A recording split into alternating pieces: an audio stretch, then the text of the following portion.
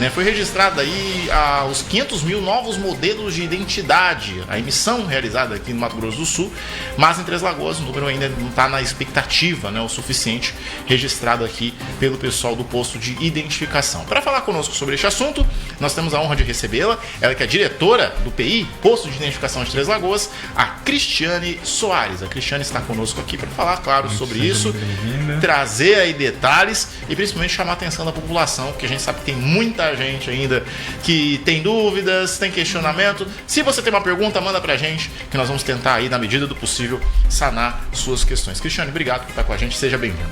Muito obrigada. É uma grande oportunidade estar aqui, né, falando com uma rádio que é tão ouvida aqui na nossa cidade.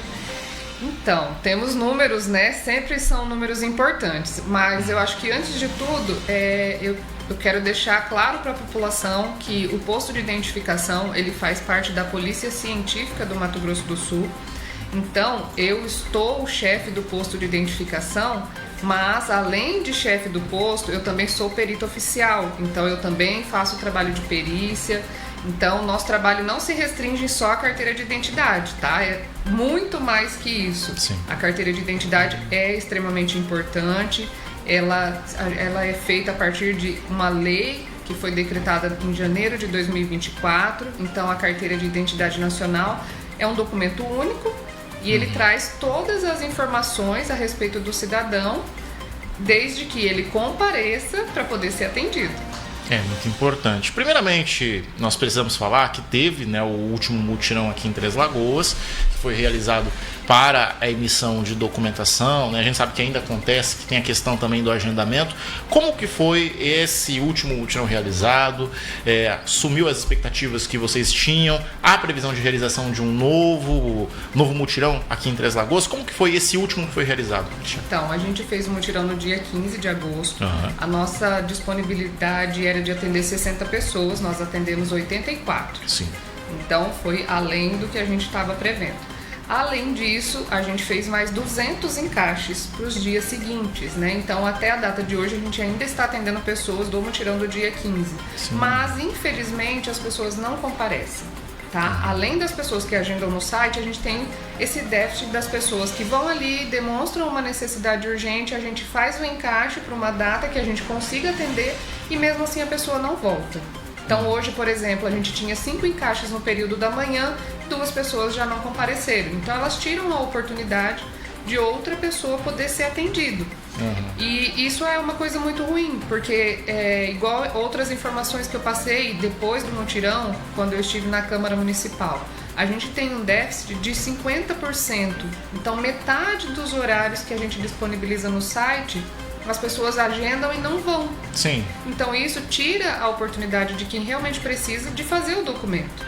Então é um trabalho assim árduo que a gente tem se esforçado para tentar atender o máximo de pessoas possíveis, mas a gente não pode também colocar 10 pessoas ali na situação de encaixe e deixar elas esperando e de repente 10 pessoas não falte e aí a gente não consegue atendê-las. Então a gente tenta sempre atender um número razoável e aí ainda assim está sendo difícil, porque a gente, né, faz um compromisso com a pessoa, fala para ela ir e aí a pessoa não volta. Então, né, a gente fica meio que assim, abandonado pelos próprios requerentes.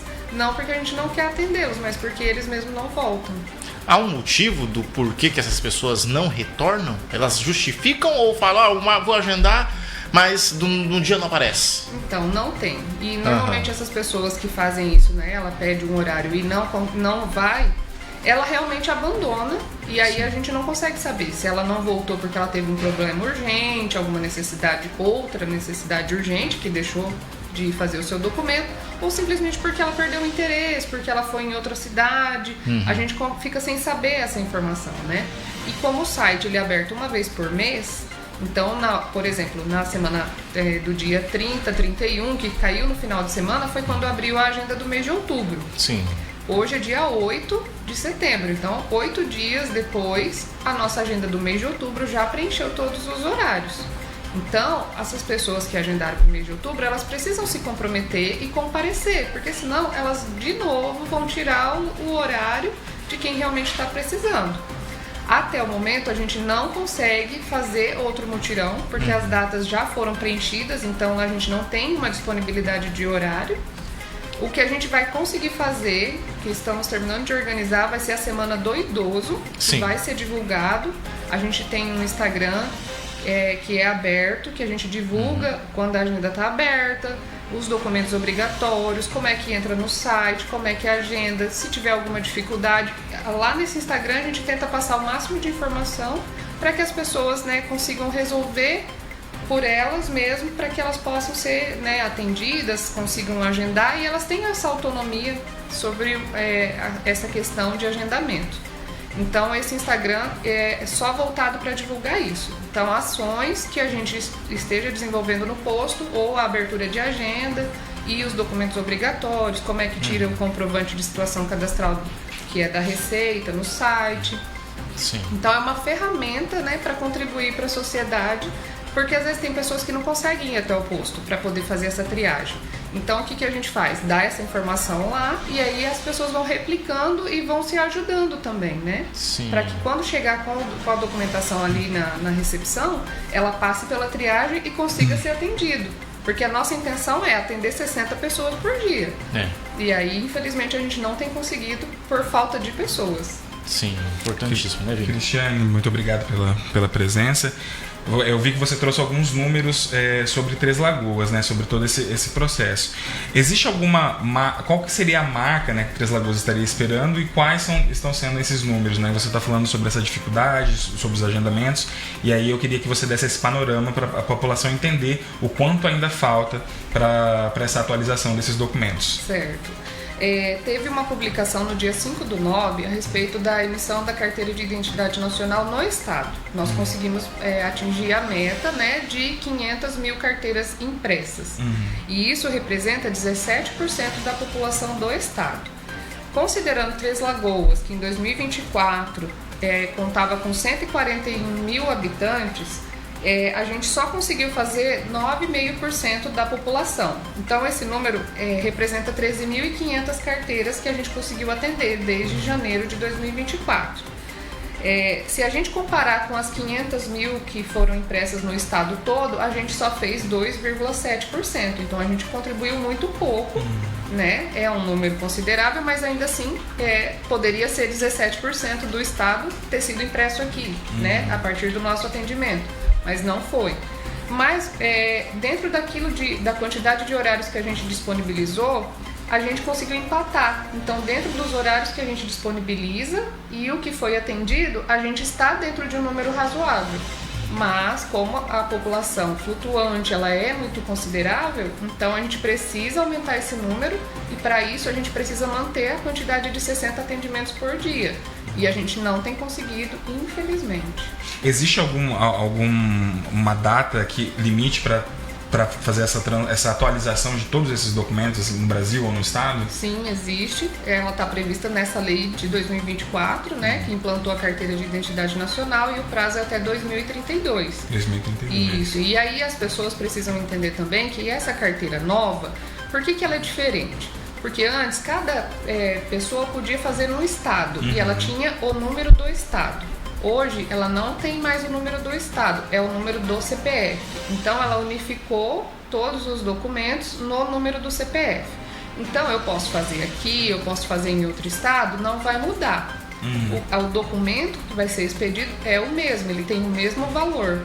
Então as pessoas precisam ter esse conhecimento para que elas entendam a importância que é e que a pessoa precisa se comprometer. Se ela fizer em Três Lagoas ou se ela for em Andradina, que ela se comprometa com o horário que ela agendou. Porque a gente sabe que o site às vezes é difícil, se a pessoa não tem uma habilidade, né, não consegue às vezes usar, se é mais idoso, a gente consegue orientar a pessoa ali na recepção. A gente não faz o agendamento, mas a gente consegue orientar, desde que a pessoa venha com o seu celular, com internet, a gente pode orientar.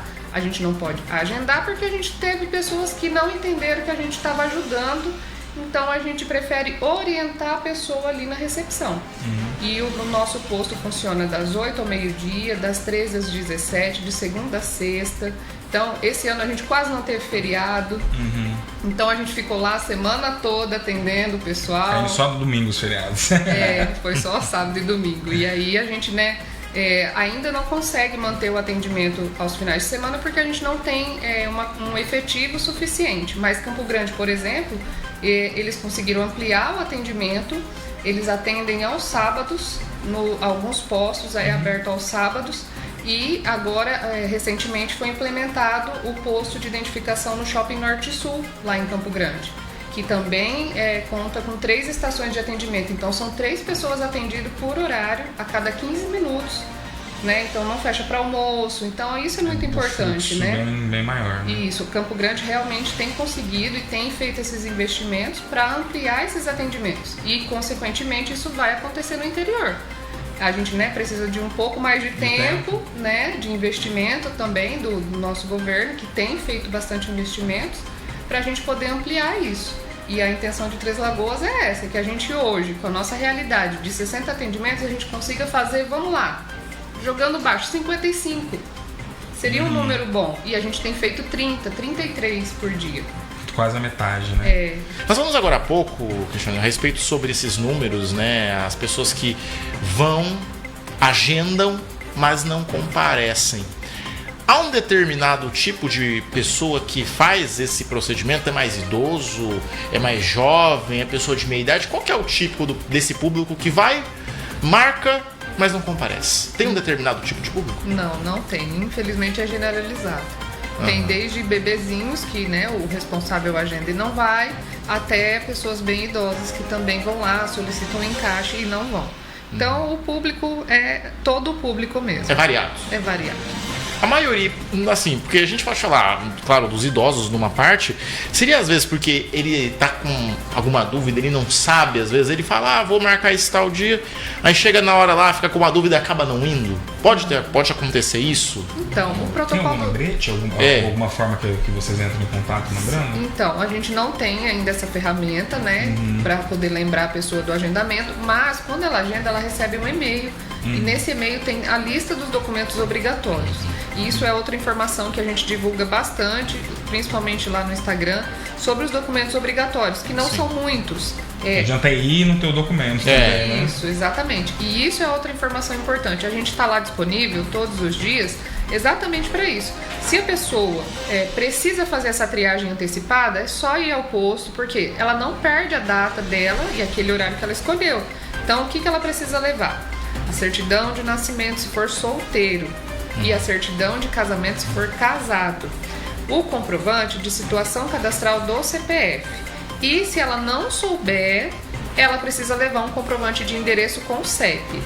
É só isso que a pessoa precisa levar. Sim. Então, se a pessoa quiser levar esses documentos antes, para a gente fazer a triagem, a gente também disponibiliza esse atendimento tranquilamente. Então, não tem problema nenhum a pessoa ir antes do horário dela e antes da data. Sim, porque, sim. de repente, até pode acontecer da gente conseguir fazer o encaixe dessa pessoa no mesmo dia que ela for. Mas tudo depende do quê? Das pessoas que faltam, de como está o documento dessa pessoa. Porque a certidão é um documento essencial. Então, se essa certidão não estiver legível, se ela não estiver adequada, a gente não consegue realizar o atendimento. Depende da disponibilidade também do sistema. Se tiver lá, consegue encaixar. Mas se não tiver, a pessoa vai ter que retornar numa outra data para fazer ali o atendimento. Uma outra questão também, bem uma dúvida, acho que é importante, quase que todo mundo tem, sobre a questão da primeira e da segunda via. Porque tem gente que fala assim, mas eu vou ter que pagar a taxa para emitir a carteira de identificação nova. Muita gente fica com dúvida. Como que funciona nessa parte? É na primeira, nessa troca, a pessoa não paga? É segunda via? Como que funciona nesse quesito? Tá. Quem fez carteira de identidade até 2023, então como é que a pessoa vai saber onde é que está escrito isso? Ela tem que pegar o documento dela impresso e olhar. Vai ter uma data de expedição no documento. Então, se o ano foi até 2023, então 2023, 22, 21 e a gente vai voltando. Retroativo. Isso, ela não paga nada. Ela vai ser atendida como primeira via e esse documento não tem custo. Por isso que o site vive cheio de gente, porque as pessoas já sabem que não vai ter custo. Então, por esse motivo, elas agendam e só que aí elas esquecem ou não vão.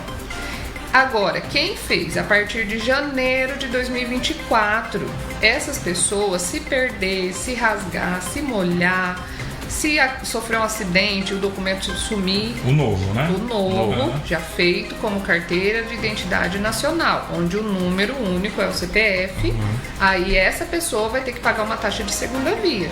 Mas são muito poucos os casos que têm ocorrido dessa necessidade. Porque as pessoas, né, sabem que agora, como é um documento único, e ele também fica disponível na Conta Gov, então no aplicativo da Conta Gov, vai uma via virtual lá dentro desse documento. Então, as pessoas elas têm tomado bastante cuidado e é um número mínimo que a gente tem feito de segunda via. 99% é primeira via. Isso, por exemplo, igual o meu caso, eu perdi o meu RG há muito tempo atrás. Eu acabo que eu uso minha habilitação. Eu também posso fazer a nova sem precisar pagar nada. Sim, com certeza. A sua é primeira via, você não vai pagar nada, só precisa levar os documentos obrigatórios. Que são só a certidão de nascimento. Isso. E aí, uma informação que também é muito importante é... Como o sistema antes ele era estadual, então às vezes a pessoa fazia um documento aqui no Mato Grosso do Sul e apresentava a certidão de nascimento. Aí depois ela casou. Levava outro. E aí ela teria que trazer essa certidão de casamento para poder fazer a carteira atualizada. Aí ela, não vou aqui, vou em outro estado. E aí ela ia no outro estado e levava a certidão de casamento. E aí aqui no estado ela fica como solteira e lá no outro estado como casada. Então agora já não existe mais isso. Divergência de dados, né? Essas divergências já não existem mais. Por quê? A partir do momento que ela vai ao cartório e ela casou, o cartório já informou a Receita que houve esse casamento. Então quando ela for fazer a carteira de identidade, independente de qual cidade seja ou de qual estado seja, ela vai unificar todas as informações no CPF, então ela vai ter que apresentar a certidão correta. E aí com isso a gente vai contribuir para evitar fraude em documentos, né? Traz mais segurança. Então a importância da carteira de identidade nacional é essa, é trazer segurança, evitar fraude. O documento que está lá disponível na Conta Gov, ele tem um QR Code que é possível verificar a autenticidade, né? O documento impresso também é possível verificar a autenticidade. E tenho mais uma informação que eu acho bem interessante a gente pontuar, é que a carteira de identidade ela vem com uma validade e antes ela não vinha com essa validade. Sim. Então as pessoas têm que entender que quando a gente chegar em 2032, as pessoas que fizeram em 2024 elas já vão estar se aproximando do fim da validade desse documento. Então ela vai ter que começar a fazer, né? Nós vamos começar a fazer a atualização dessas pessoas que fizeram em 2024, 2025. Então, né? É importante a pessoa se organizar. Ela ir lá no posto, independente se aqui ou em Campo Grande, onde ela achar pertinente, mas ela agendar e ir. Por quê? Porque é importante e é um documento indispensável. Igual quando você precisar renovar a sua CNH, pode ser que você precise levar a nova e aí se você não tiver, eles não vão conseguir te atender dentro eu acabei de renovar, então provavelmente vai ser, até eu precisar renovar de novo, eu já vou ter tirado. Entendi. Mas poderia ser o caso, né? Sim, agora só a gente só aceita a nova. E essa atualização que você está falando, ela vai ser para sempre. Não é só as pessoas que estão tirando agora, que aí chegou 2032, eu vou ter que atualizar de novo, mas se você tirar mais para frente, esse intervalo que você vai ter da documentação vai ser para todo mundo. Isso. Aí a gente tem duas situações. Na verdade, 3 situações. A primeira situação é crianças de 0 até 12 anos, o documento, a carteira de identidade, só tem validade por 5 anos. A partir dos 12 anos completos, até os 60 anos, a carteira tem validade de 10 anos. E aí depois, acima de 60 anos, aí ela não tem mais validade. Então os idosos que estão sendo atendidos nesse período, eles, né, já têm mais de 60 anos, não vai precisar refazer. Mas todo o público, que é a maior parte, né, até os 60 anos e as crianças, aí sim eles têm esses prazos diferentes que vem impresso na carteira. Então essa carteira ela vai estar ali com você e quando vencer o prazo, não adianta chorar. Você vai ter que refazer porque a validade está ali, né, especificada. Posso? Não, pode. Agora, trazendo um pouco mais você como profissional, né, da polícia científica. Você acha que no futuro, quando a gente atingir essa meta, né, de todo mundo ter trocado para a nova carteira de identidade, o que isso vai poder mudar no trabalho da polícia científica, da polícia civil no geral? Isso vai aumentar a inteligência da polícia? O que vocês vão poder usar dessas informações? Então, eu acho que as informações que vai ficar mais nítido é que a população que está sendo atendida naquela cidade, o tipo de documento que essa população está usando, se essa população ela está atualizada, se ela está dentro de um parâmetro de informatização, né?